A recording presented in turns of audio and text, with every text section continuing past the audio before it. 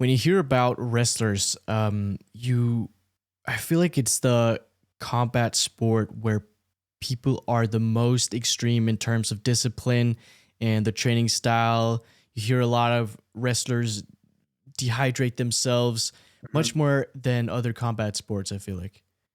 It's true, and if there's the one knock against combat sports, and that includes wrestling, but especially MMA that I have, it's we should honestly end weight cutting. I mean, there's way too many.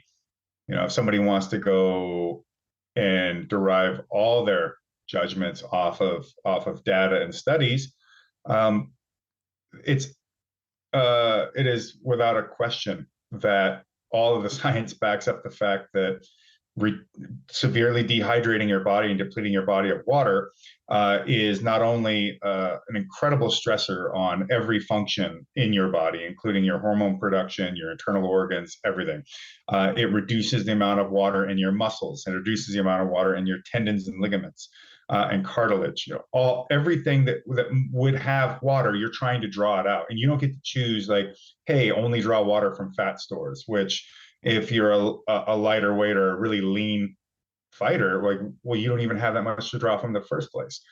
So that means it's going to have to pull it out of wherever it can come from, and that's just the nature. Also, I mean, if you take chemistry and physics, you'll also understand that water is just going to transfer from one place to another, especially when it comes to wherever the highest levels of waters are, or if the difference of salinity. All these things are going to move water from one place to the other.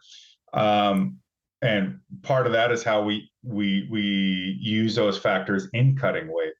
Not to mention doing things like tricking our body by overhydrating. So your body goes, I need to get rid of all this excess water.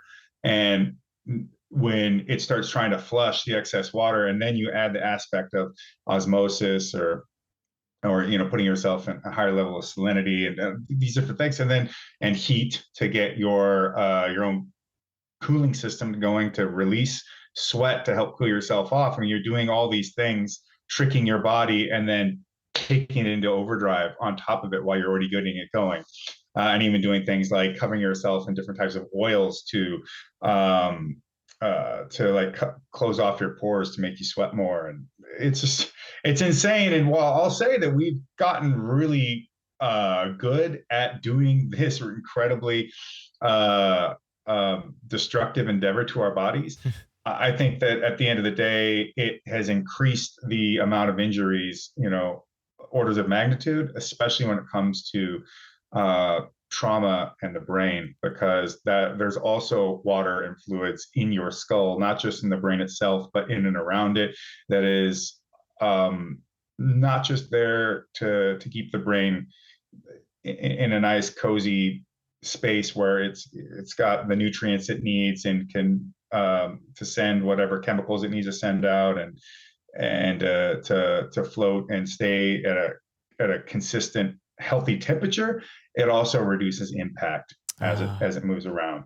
And so if you really deplete your body, the rehydration process can go a long way towards replenishing things, but it can't do it completely.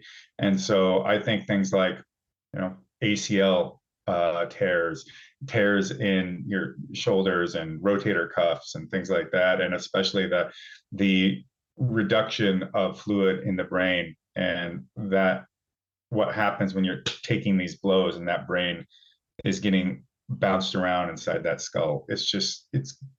I think it is the biggest factor towards that kind of injury, like CTE, or even just simply like some of the ligament tears and things that you'll see.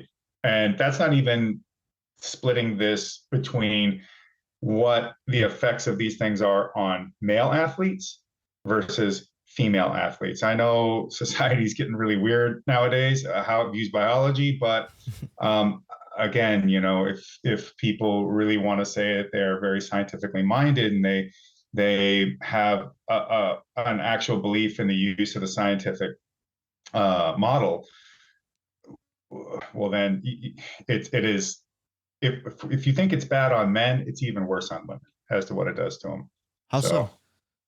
Well, because the hormone structure and balance of women is very, while we have the same hormones. It's just the levels of them are very different, and the depletion from weight cutting can cause the interruption and of their natural cycles for Mm. pregnancy, as well as women have more tendency for ACL tears due to their hip to knee ratio and angle. So you've got increased strain there, and now if you're depleting all this water, it's going to increase the potential for that ACL tear.